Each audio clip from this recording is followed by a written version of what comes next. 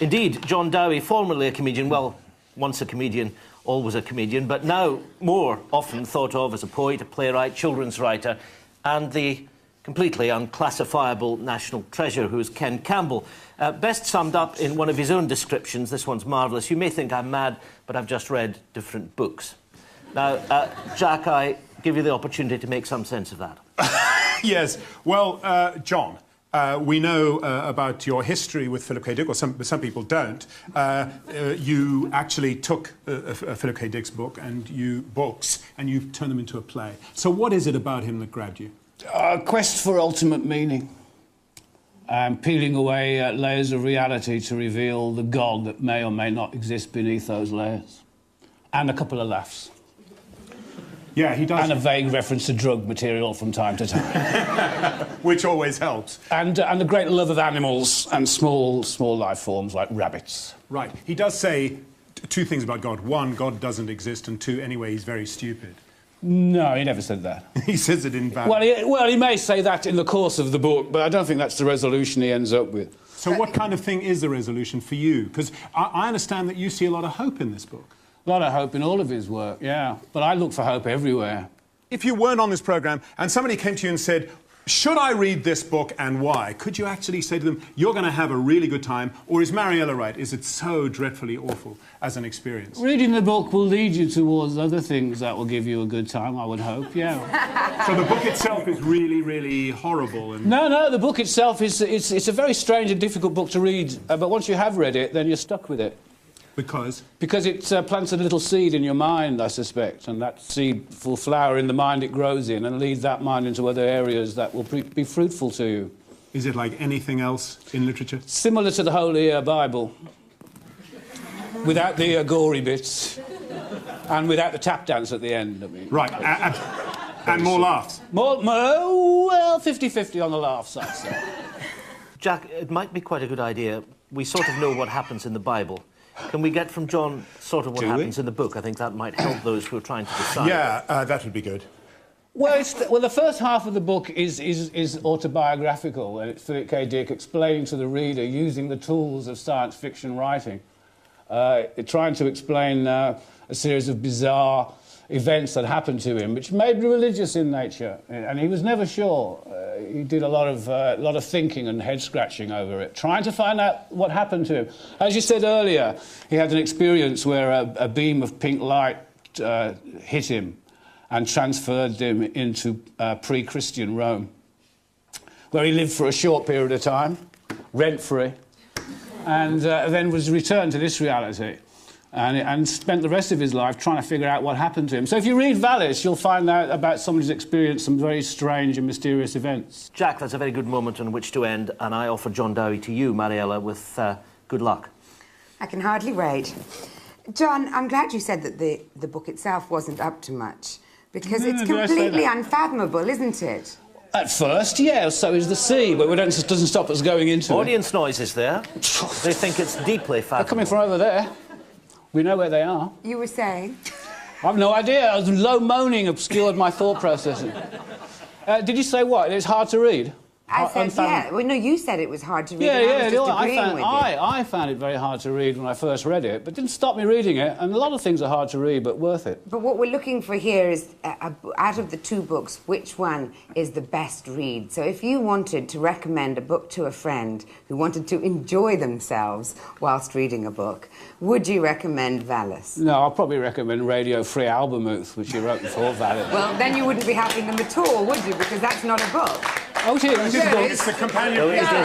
It's a companion piece to this. It is a book. The judge could rule it is a book. Before he wrote Valis, he wrote a book called Radio Free Albemuth, which wasn't up to scratch, so he's been that, and he wrote Valis. And after Valis was published, after his death, they republished Radio Free Albemuth, which is the same story told in a different way.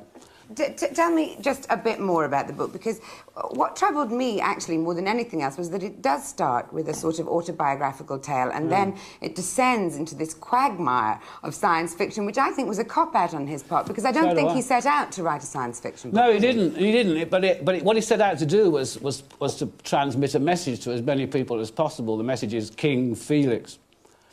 which I have now passed on, you'll have cleverly noted. So you could have saved him the bother, and me the bother of reading all of this. Well, if we had time out of joint, I could have done that. I mean, can I just say... the one was and was not, combined and desired to separate the was not from the was. So it generated a diploid sac. Yeah, it's not one of his best gags, is it? Do you know what I mean? It's hard going, isn't it? Don't open with that at Glasgow, Philip. Don't open with that. Is that a quagmire or not? The audience will decide at the end. Jack, your second witness. Same question. You've got somebody who's asking you about this book, and they're saying, I want to know which book I'd rather read. What is it that makes Mariella's argument not work for you? Or is there another way of putting it? Is there a way in which you could recommend that someone read this book? I'd be very careful who this person was. As a matter of fact, I'm not sure that it's a very responsible thing to do at all. Right. To recommend Valis. Exactly. Let me say this. Yes. Like if you're likely to have a psychotic episode... Yes. You're much more likely to have one if you involve yourself with Valis. Exactly. I don't think it's not a novel, it's not science fiction. It's, if you like, the proper name for this genre is recursive science fiction. I.e., it's a book about a science fiction author and the writing of science fiction. It's not a novel, it's a book. Right. What's it about? It's about. It's about aboutness. It's about how nothing is about what it seems to be about. Right. And the structure of the book is roundabout. Yes. But then it goes shooting off. The structure is a cue. Now, the bit that you're complaining about is the bit when it cues off like Yes. that. And you sort of talk about this regular part of it, you know, when you're on the roundabout. Yeah. But he's not cured, you see, because he's schizophrenic at the time of writing this book, Philip K. Dick.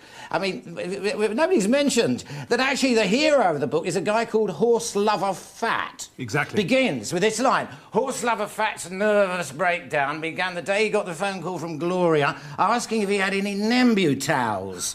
And we go on and on all about Horse Lover Fat. Then, suddenly, Philip K. Dick writes about himself. I am Philip K. Dick, and this is a book about my friend Horse Lover Fat. Which is a translation. But when we get to the num of it, I mean, when he meets the 2-year-old Jesus out on the Mexican border, that little girl, she says, yeah, well, isn't this a bit ridiculous, you know, because Philip in the Greek means admirer of the equestrian arts, and Dick is the German for fat. Horse Lover Fat. And they become one person. But then he goes home and Horse Lover Fat starts ringing him up from Tokyo and everything. I mean, this is a damaging book. You take this book home, and it's like taking unexploded ordnance, some kind of cluster bomb. I mean, fine. I mean, you think it's only £6.99, I'll have that. Cheers.